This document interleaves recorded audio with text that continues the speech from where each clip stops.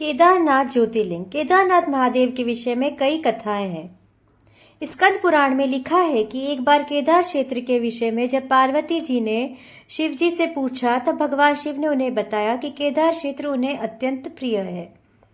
वे यहाँ सदा अपने गणों के साथ निवास करते हैं। इस क्षेत्र में वे तब से रहते हैं जब उन्होंने सृष्टि की रचना के लिए ब्रह्मा का रूप धारण किया था।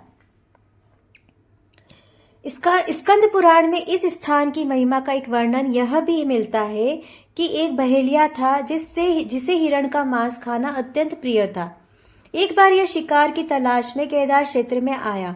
पूरे दिन भटकने के बाद भी उसे शिकार नहीं मिला।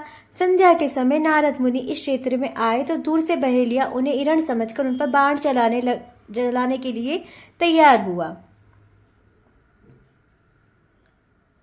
जब तक वह बाण चलाता सूर्य पूरी तरह डूब गया। अंधेरा होने पर उसने देखा कि एक सर्प मेंढक को निगल रहा है। मृत होने के बाद मेंढक शिव रूप में परिवर्तित हो गया। इसी प्रकार बहेलिया ने देखा कि एक हिरण को सिंह मार रहा है। मृत हिरण शिव गणों के साथ शिवलोक जा रहा है। इस अद्भुत दृश्य को देखकर बहेलिया हैरान था। इसी समय नारद मुनि ब्राह्मण वेश में बहेलिया के समक्ष उपस्थित हुए। बहेलिया ने नारद मुनि से इन अद्भुत दृश्यों के विषय में पूछा। नारद मुनि ने उसे समझाया कि यह अत्यंत पवित्र क्षेत्र है। इस स्थान पर मृत होने पर पशु पक्षियों को भी मुक्ति मिल जाती है। इसके बाद बहेलिया को अपने पाप कर्मों का स्मरण हो आया कि किस प्रकार उसने पशु पक्षियों की हत्या की है। बहेलिया ने नारद मुनि से अपनी मुक्ति का उपाय पूछा। नारद मुनि से शिव का ज्ञान प्राप्त करके बहेलिया केदार क्षेत्र में रहकर शिव उपासना में लीन हो गया। मृत्यु पश्चात उसे शिवलोक में स्थान प्राप्त हुआ।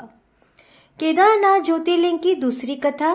केदारनाथ ज्योतिर्लिंग की कथा के विषय में शिव पुराण में वर्णित है कि नर और नारायण नाम के दो भाइयों ने भगवान शिव की पार्थिव मूर्ति बनाकर उनकी पूजा एवं ध्यान में लगे रहते थे। इन दोनों भाइयों की भक्तिपूर्ण तपस्या से प्रसन्न होकर भगवान शिव इनके समक्ष प्रकट हुए। भगवान शिव ने इनसे वरदान मांगने के लिए कहा तो जन कल्याण की भावना से इन्होंने शिव से वरदान मांगा कि वह इस क्षेत्र में जन कल्याण हेतु सदा वर्तमान रहे। इनकी प्रार्थना पर भगवान शंकर ज्योतिर्लिंग के रूप में केदार क्षेत्र में प्रकट हुए। केदारनाथ से जुड़ी पांडवों की कथा। शिव पुराण में लिखा गया है कि महाभारत के युद्ध के पश्चात पांडवों को इस बात का प्रायश्चित हो रहा था कि उनके हाथों उनके अपने ही भाई बंधुओं की हत्या हुई है। वे इस पाप से मुक्ति पाना चाहते थे। इसका समाधान जब इन्होंने वेद व्यास जी से पूछा तो उन्होंने कहा कि बंधुओं की हत्या का पाप तभी मिट सकता है जब शिव इस पाप से मुक्ति प्रदान करेंगे। शिव पांडवों से अप्रसन्न थे।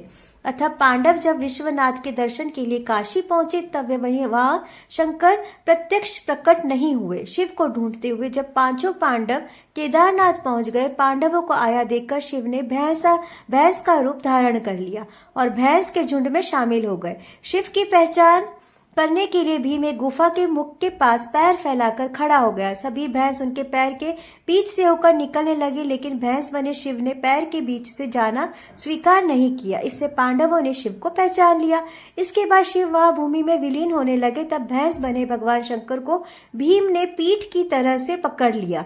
भगवान शंकर पांडवों की भक्ति एवं दृढ़ निश्चय को देखकर प्रकट हुए तथा उन्हें पापों से मुक्त कर दिया। इस स्थान पर आज भी द्रौपदी के साथ पांचों पांडवों की पूजा होती है।